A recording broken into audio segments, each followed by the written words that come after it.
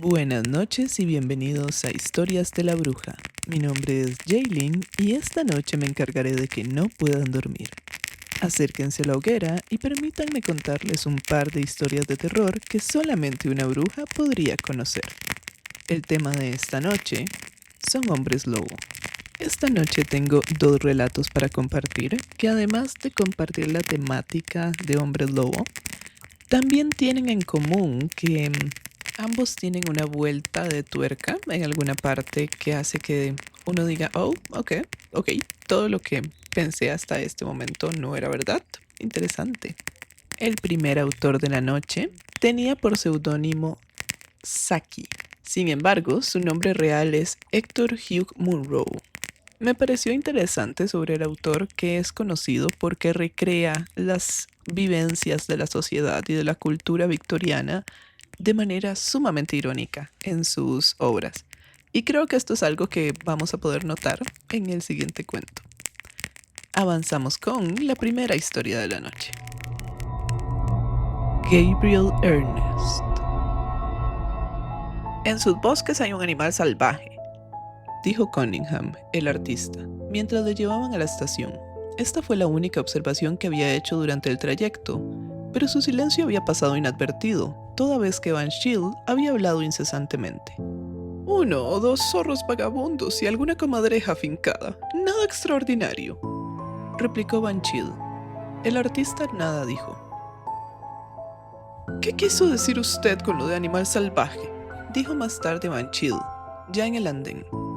Nada, imaginaciones mías. Oh, ya está aquí el tren, respondió Cunningham. Aquella tarde, Van Shield emprendió una de sus frecuentes caminatas por los bosques de su propiedad. En su estudio tenía un alcaraván disecado y conocía los nombres de un buen número de flores silvestres, por lo que tal vez estaba justificado que su tía le describiera como un gran naturalista. En cualquier caso, era un gran andarín. Tenía por costumbre tomar mentalmente nota de cuanto veía durante sus paseos, no tanto por el propósito de contribuir a la ciencia contemporánea, como para procurarse ulteriores temas de conversación. Cuando las campanillas azules empezaban a florecer, tenía por norma informar del hecho a todo el mundo. Tal vez la estación del año ya había puesto en guardia a sus oyentes acerca de la verosimilitud de tal acontecimiento, pero, en definitiva, aquellos sentían que había sido absolutamente sincero con ellos. Lo que contempló Van Shield en aquella precisa tarde fue, sin embargo, algo muy alejado del marco habitual de sus experiencias. Sobre un rellano de piedra lisa que sobresalía por encima de una profunda alberca existente en medio de un bosquecillo de robles, hallábase tendido, secando al sol voluptuosamente sus atesados miembros, un muchacho de unos 16 años. Su cabellera mojada, partida en dos por una reciente zambullida, se desparramaba alrededor de la cabeza, y sus ojos castaño claros, tan claros que había en ellos un destello casi atigrado, se volvieron hacia Van Shield, observándole con cierta desplacencia. Era una aparición inesperada y Van Shield se halló inmenso en el insólito proceso de pensar antes de hablar. ¿De qué lugar de la tierra provendría aquel muchacho de aspecto asilvestrado? La mujer del molinero había perdido un niño hacía 2 meses y se daba por supuesto que se lo había tragado el canal del molino, pero no era más que un bebé, no un mozalbete ya crecido. ¿Qué haces aquí?, le preguntó. Tomar el sol, obviamente, respondió el joven. ¿Dónde vives? Aquí, en estos bosques. No puedes vivir en estos bosques, dijo Van Shield. Son unos bosques muy agradables, replicó el muchacho con un tono auspicioso en la voz. Pero, ¿dónde duermes por la noche? No duermo por la noche, es cuando más ocupado estoy. Van Shield empezó a tener el mortificante sentimiento de que estaba enzarzándose en un problema que le rehuía. ¿De qué te alimentas?, inquirió. De carne, dijo el muchacho, y pronunció la palabra con una lenta fruición, como si la estuviera degustando. ¿Carne? ¿Qué clase de carne? Puesto que le interesa, de conejo, aves silvestres, liebres, aves de corral, corderos cuando es época, niños cuando consigo alguno, normalmente están bien guardados en casa por la noche, que es cuando cazo mayormente. Ya hace sus buenos 2 meses que no he probado carne de niño. Haciendo caso omiso del carácter humorístico de la última observación, Van Chill trató de llevar al joven hacia el tema de la posible caza furtiva. Hablas muy a la ligera al decir que comes liebres. Las liebres de nuestros montes no se dejan atrapar fácilmente. Por la noche cazo a 4 patas. Fue la respuesta un tanto críptica. ¿Debo entenderlo como una insinuación de que cazas con perro?, aventuró Van Chill. El muchacho se volvió lentamente hasta quedar tumbado de espaldas y emitió una risita queda y lúgubre, que sonó con el timbre delicioso de un cloqueo y la desagradable resonancia de un gruñido. No creo que ningún perro se mostrara muy ávido de mi compañía, especialmente de noche. Van Chill empezó a sentir que verdaderamente había algo misterioso en aquel adolescente de ojos y lenguaje insólitos.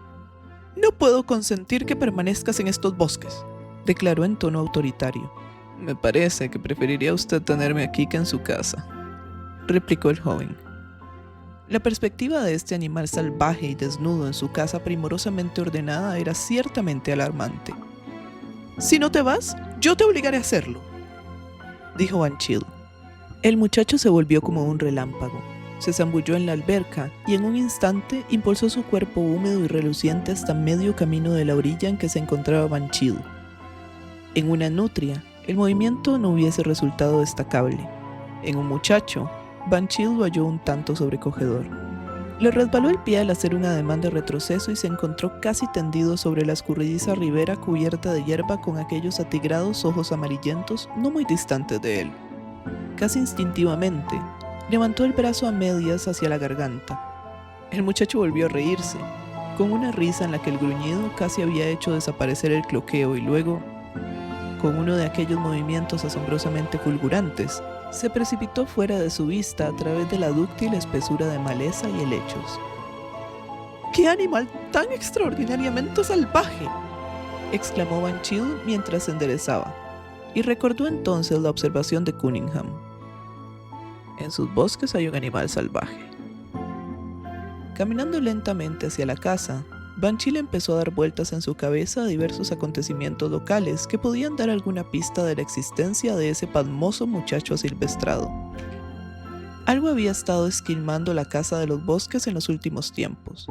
Se habían echado en falta aves en los corrales, las liebres habían empezado a hacerse sorprendentemente escasas, y le habían llegado quejas de que algunos corderos habían sido materialmente arrebatados de las colinas.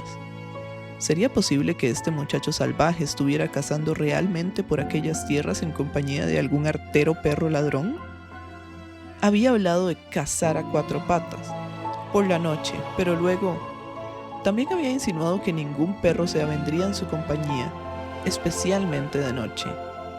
Verdaderamente era desconcertante. Luego, mientras Van Chill recorría mentalmente las diversas depredaciones que se habían cometido durante el último o los últimos 2 meses, se detuvo bruscamente en seco, tanto en su paseo como en sus especulaciones. El niño que faltaba en el molino desde 2 meses atrás. Se había aceptado la teoría de que había caído al canal del molino y había sido arrastrado, pero la madre mantuvo siempre que había oído un grito procedente de la parte trasera de la casa, que queda en dirección opuesta al agua. Era impensable, desde luego, pero hubiera preferido que el muchacho no hubiese hecho aquella insólita observación acerca de la carne de niño que había comido hacía 2 meses. Esas cosas tan pavorosas no deben decirse ni en broma. Van Chill, contrariamente a su costumbre habitual, no se sentía proclive a mostrarse muy comunicativo acerca del descubrimiento que había hecho en el bosque. Su posición de concejal de la parroquia y juez de paz se vería un tanto comprometida por el hecho de albergar en sus propiedades a un sujeto de tan dudosa reputación. Existía incluso la posibilidad de que le presentaran a su puerta una elevada factura por los corderos y las gallinas desaparecidos. Aquella noche, durante la cena, estuvo inusualmente silencioso. «¿Qué ha sido de tu lengua?», le dijo su tía. «Cualquiera diría que has visto un lobo». Van Chill, que no estaba familiarizado con este viejo dicho, halló esta observación un tanto desatinada. Si hubiera visto un lobo en sus propiedades, su lengua habría estado extraordinariamente activa con el asunto. A la mañana siguiente, durante el desayuno, Van Chill era consciente de que el sentimiento de desasosiego que le había suscitado el episodio del día anterior no había desaparecido totalmente y resolvió trasladarse en tren hasta la vecina ciudad episcopal, buscar a Cunningham y oír de sus propios labios lo que había visto y propiciado su observación acerca de un animal salvaje en sus bosques. Una vez tomada esta resolución, recuperó parcialmente su jovialidad y se puso a tararear por lo bajo una melodía alegre y ligera al encaminarse con despreocupación hacia el gabinete donde todas las mañanas fumaba su consabido cigarrillo. Al entrar en la estancia, la melodía dejó paso abruptamente a una invocación piadosa. Grácilmente tendido sobre la otomana, en una postura de casi desmedida lasitud, se hallaba el joven de los bosques. Estaba más seco que la última vez que le viera Van Chill, pero por lo demás, no se apreciaba ninguna otra variación en su atavío. ¿Cómo te atreves a venir aquí?, preguntó furiosamente Van Chill. ¿Usted me dijo que no podía quedarme en el bosque?, replicó calmosamente el muchacho. Pero no que vinieras aquí, si te viera mi tía. Y a fin de aminorar aquella catástrofe, Van Chill con toda premura ocultó cuanto pudo de su nada bienvenido huésped bajo los pliegues del Morning Post. En ese momento, entró su tía en la habitación. Este es un pobre muchacho que ha extraviado el camino y ha perdido la memoria. No sabe quién es ni de dónde viene, explicó desesperadamente Van Chill, dirigiendo aprensivas miradas al rostro de aquel indigente por si iba a añadir algún inoportuno candor a sus otras inclinaciones primitivas. La señorita Van Chill experimentó un vivo interés. Tal vez su ropa interior esté marcada, sugirió. Parece ser que la ha perdido en su mayor parte, dijo Van Chill, dando frenéticos manotazos al Morning Post para colocarlo en su sitio. Un niño desnudo y sin hogar conmovía a la señorita Van Chill tan cálidamente como un gatito extraviado o un perrillo desamparado. Debemos hacer por él cuanto sea posible, decidió. Y al poco, un mensajero despachado a la rectoría, donde tenían un mozo joven, estaba de vuelta con un traje de criado y los imprescindibles complementos de camisa, zapatos, cuello, etc. Vestido, lavado y peinado, a los ojos de Van Chill, el muchacho no quedaba despojado de ninguno de los motivos de recelo, pero su tía lo encontraba encantador. Tenemos que llamarle de algún modo hasta que sepamos quién es realmente, dijo. Creo que Gabriel Ernest son dos nombres agradables y apropiados. Van Chill se avino a ello, pero íntimamente tenía sus dudas acerca de si se los aplicaba a un joven agradable y apropiado. Sus recelos no se vieron aminorados por el hecho de que su juicioso y anciano spaniel saliera de estampida de la casa nada más llegar el muchacho, y estuviera ahora temblando y ladrando desesperadamente en la otra punta del parque, mientras el canario, vocalmente tan laborioso por lo común como el propio Van Chill, se limitara a emitir unos pocos y aterrorizados chillidos. Más que nunca, estaba resuelto a consultar con Cunningham sin pérdida de tiempo. En tanto se encaminaba a la estación, su tía estaba disponiendo que Gabriel Ernest debía ayudarle a entretener a los miembros infantiles de su escuela dominical mientras tomaban el té aquella tarde. Cunningham al principio no se mostró muy dispuesto a ser comunicativo. Mi madre murió de una dolencia mental, explicó. Así pues, comprenderá por qué soy remiso a sostener cualquier cosa de naturaleza inverosímil fantástica que haya podido ver o creer que he visto. ¿Pero qué fue lo que vio usted?, insistió Van Chill. Lo que creí ver fue algo tan extraordinario que ningún hombre en su sano juicio puede honrarlo con la confianza de que haya sucedido realmente. La última tarde que estuve con usted, hallábame medio oculto entre la masa de arbustos que hay junto a la puerta del parque contemplando el desfalleciente atardecer, cuando súbitamente tuve la visión de un muchacho desnudo, a quien tomé por un bañista de la cercana alberca, que se destacaba sobre la ladera pelada y contemplaba también la puesta de sol. Su postura resultaba hasta tal punto evocadora de algún fauno selvático de los mitos paganos que inmediatamente pensé en agenciármelo como modelo, y un instante después pensé que debía saludarle, pero justamente en aquel momento el sol se hundió lejos de nuestra vista y el naranja y el rosado se desvanecieron del paisaje, dejándolo todo frío y gris. En ese mismo instante ocurrió algo asombroso. El muchacho también se desvaneció. ¿Cómo? ¿Desvanecido de la nada?, preguntó Van Chill con excitación. No.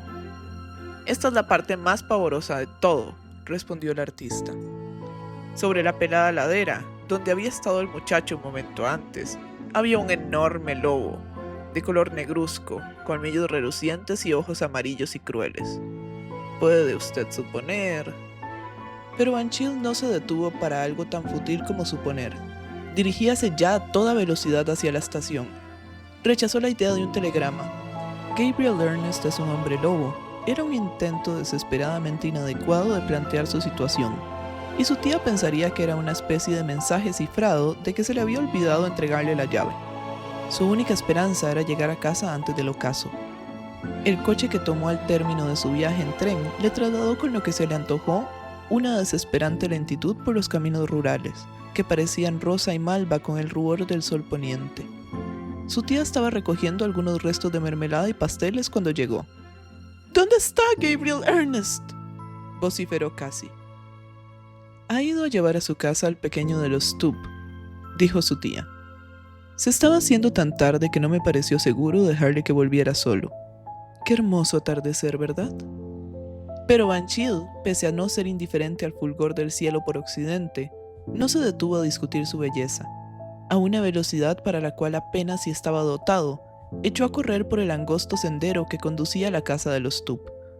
A un lado discurría la corriente del canal del molino, y al otro se extendía la desnuda ladera. Un mortecino cerco del sol rojizo veíase aún en el horizonte, y la próxima curva debería ponerle al alcance de la vista a la mal venida pareja que andaba persiguiendo.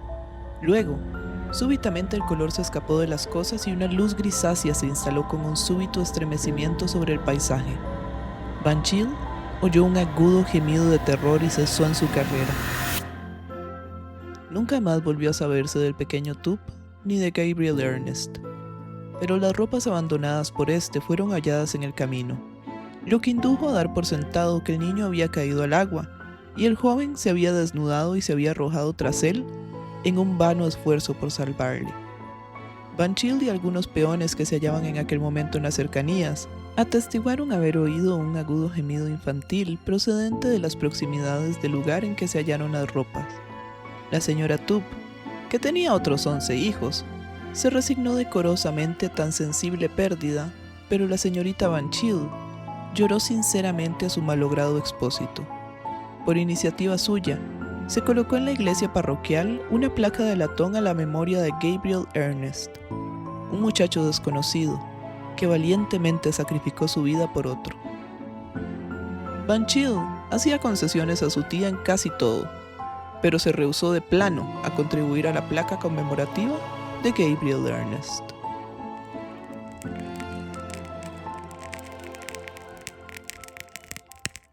Esta ha sido la primera historia de la noche. ¿Qué les ha parecido la historia del niño hombre lobo que se alimenta de otros niños?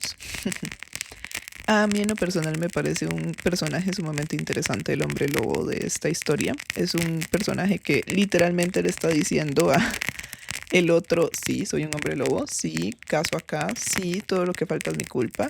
De hecho, incluso lo hace atacar como por diversión en un momento. Es como que no le importa nada. Es completamente descarado y eso me parece interesante en un personaje, y más en un personaje de esta época. Y el otro señor, Van Chill, es tan estirado que no puede ver más allá de su nariz. Es como increíble la capacidad de negación que tiene. Todo por no aceptar que pueden haber cosas inexplicables o cosas que no están bajo su control o cosas que no son de la iglesia. Bueno, esa ha sido la primera historia de la noche. ¿Qué les ha parecido el relato corto de Saki, Gabriel Ernest? Avancemos con la segunda y última historia de la noche. La versión de la esposa.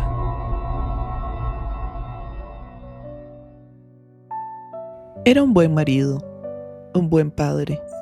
No lo entiendo, no lo creo. No creo que sucediese. Vi cómo sucedía, pero no es verdad. No puede ser. Él siempre fue amable. Si lo hubieran visto jugando con los niños, nadie que le hubiera visto con los niños hubiera pensado que tenía algo mal. Nada. ni tan siquiera un huesecillo. Cuando le conocí, vivía aún con su madre cerca del lago Primavera. Yo los veía juntos, a la madre y los hijos, y pensé que merecía la pena conocer a un joven tan bueno con su familia.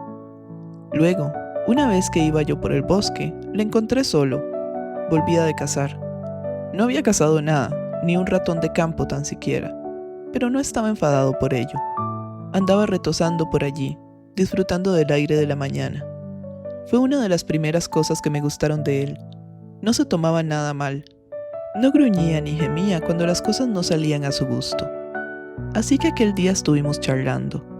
Y supongo que las cosas fueron liándose a partir de entonces, porque muy pronto estaba aquí casi continuamente, y mi hermana dijo, mis padres se habían mudado el año anterior y se habían ido al sur, dejándonos a nosotras aquí.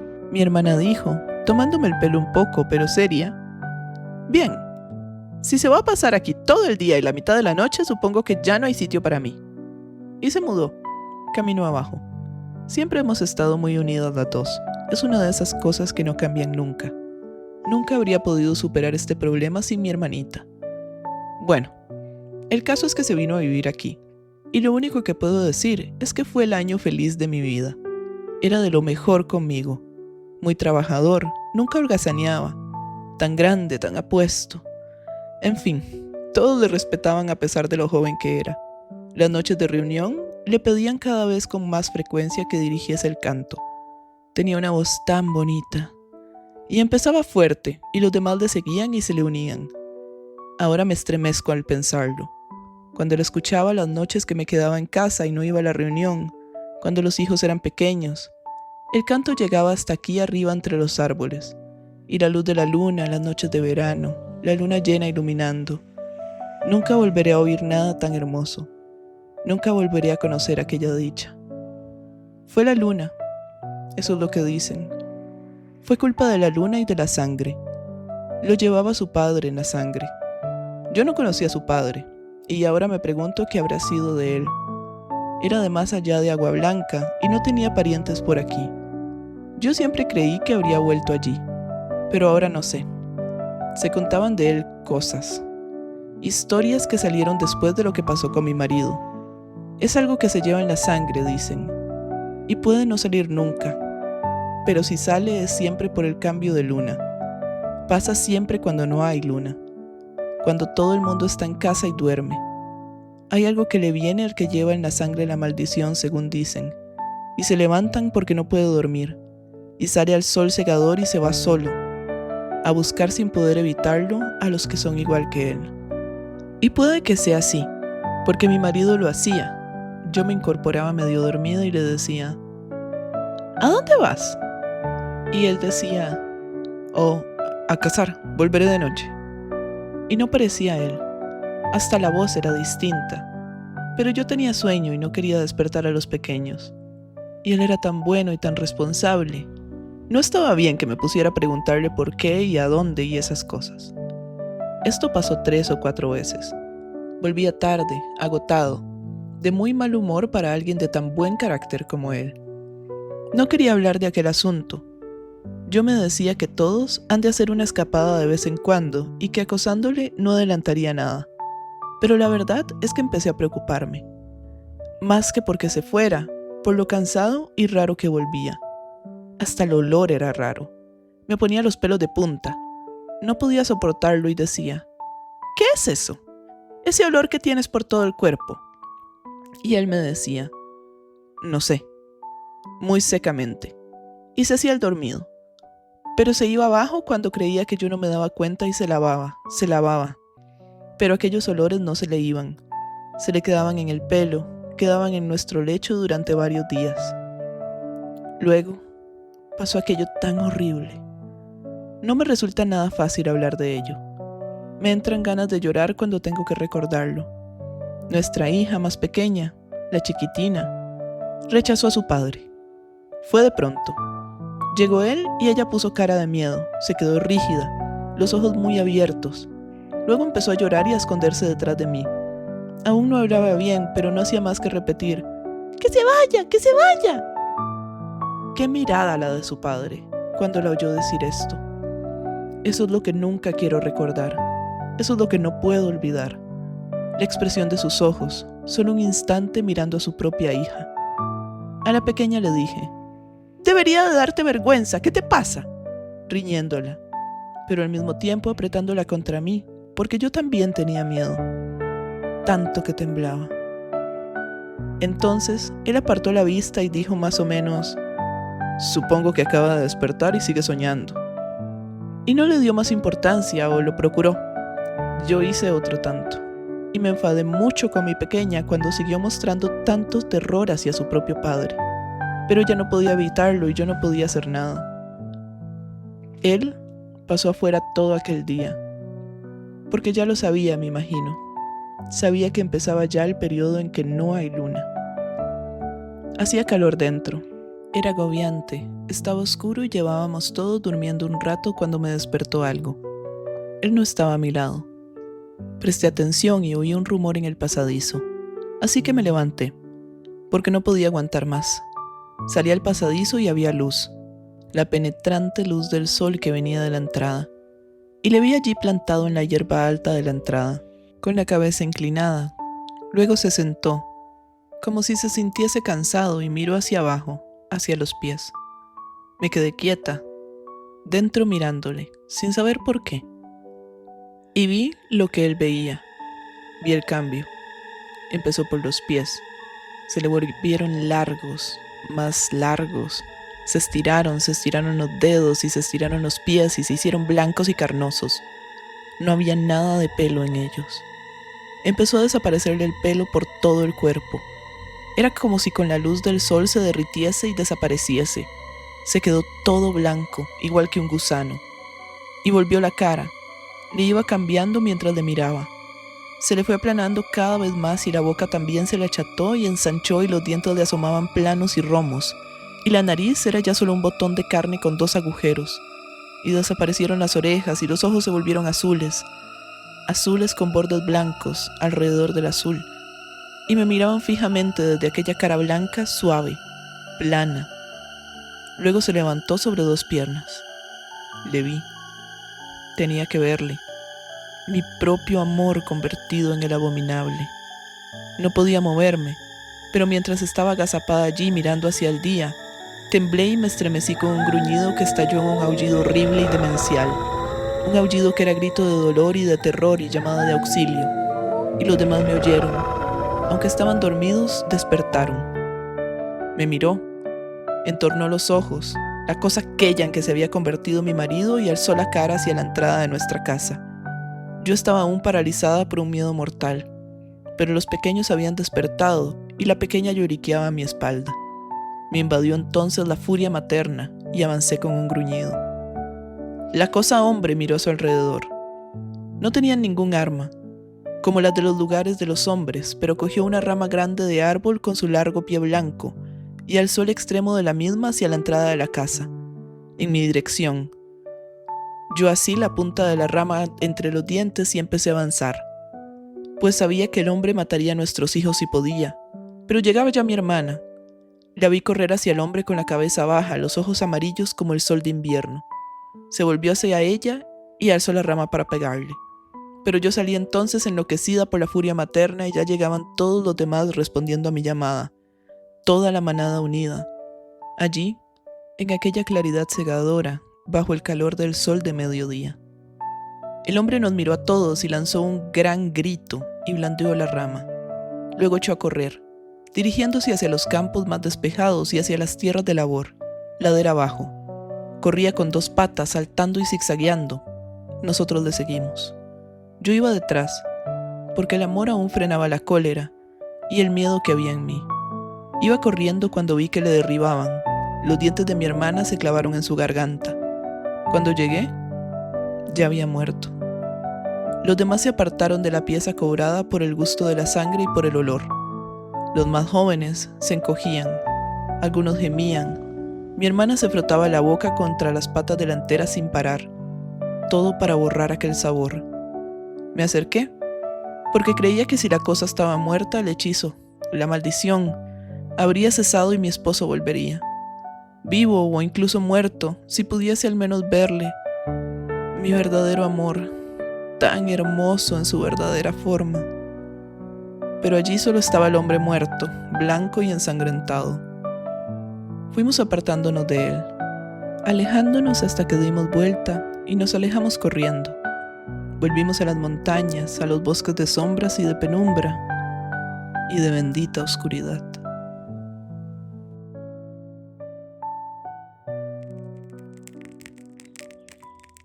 Esta ha sido la segunda historia de la noche. ¿Qué les parece la versión de la esposa de Ursula K. Le Guin o Le Guin? Ella, de hecho, no hablamos al inicio sobre esta autora, que es algo que solemos hacer, para dar una breve pincelada, y en especial porque es uno de las autoras favoritas de mi esposo, si no me equivoco, ya que escribió Terramar, que es una saga de literatura fantástica. La autora publicó su primera obra en el año 59 y tuvo una carrera literaria de casi 60 años. Tiene 20 novelas y más de 100 relatos cortos. Respecto a este relato corto, la verdad me parece sumamente interesante, sumamente llamativo. Pero además de eso, me deja un montón de preguntas. Me pasa como con las historias de los yokai japoneses, que me dejan un poco más de preguntas que de respuestas después de haberlo leído. Por ejemplo, él es un tipo de hombre lobo, que su papá también era hombre lobo y se reprodujo también con una loba. Entonces, por eso es que después empieza a cambiar a ser hombre. Y cuando cambia a ser hombre se queda por ahí, o vuelve al pueblo, o qué es lo que hace. ¿Y por qué le tomó todo un año o un año y resto darse cuenta a su esposa de que cambiaba? O sea, como que notaba cosas, pero en el día realmente nunca pasaban juntos. Era como normal no dormir juntos. Y aparte, siempre dormían en el día. Son muchas preguntas. Me dejan muchas preguntas. Pero me parece también una obra sumamente interesante el hecho de cambiar. Uno todo el tiempo piensa que es que él se va a convertir en un hombre lobo en algún momento. Y es que se convierte en un hombre. Porque antes era un lobo. Eso me parece sumamente interesante. ¿En qué momento se dieron cuenta que realmente ellos dos eran lobos desde el puro inicio? ¿O él tenía forma de lobo desde el puro inicio? Este cuento me lo leyó mi esposo y me di cuenta cuando hablaban de que él era el que dirigía como los cantos. Porque, no sé, no me recordó ninguna otra religión, y si no hubiese tenido que ser una religión inventada y no había mucho espacio para dar lo que se necesita para crear una religión en un cuento tan pequeño. Entonces, nada, lo empecé a notar ahí. ¿En qué momento lo notaron ustedes? Me gustaría saberlo. Esto ha sido todo por esta noche. Espero que les hayan gustado las dos historias de hombres lobos que hemos leído. Esto ha sido todo por hoy. Recuerden que pueden seguir al podcast en Facebook, en Instagram. El audio, además de encontrarse en todas las plataformas regulares de podcast, también se encuentra en YouTube, sin imagen, pero es el audio completo. A todas las personas que se han unido al podcast en la última semana, quiero agradecerles. He visto, yo y todas mis personalidades, he visto crecer los números hasta casi duplicarse y quiero agradecerles por eso. Además, noté que uno de los episodios más escuchados y más descargados es un episodio que contiene cuentos que escribió mi esposo. Entonces, como lo prometí, voy a recrear una escena de Misery y lo voy a amarrar para que escriba algo nuevo para el podcast. De nuevo, muchas gracias por el apoyo. Espero que el contenido les agrade. Y como siempre me despido y espero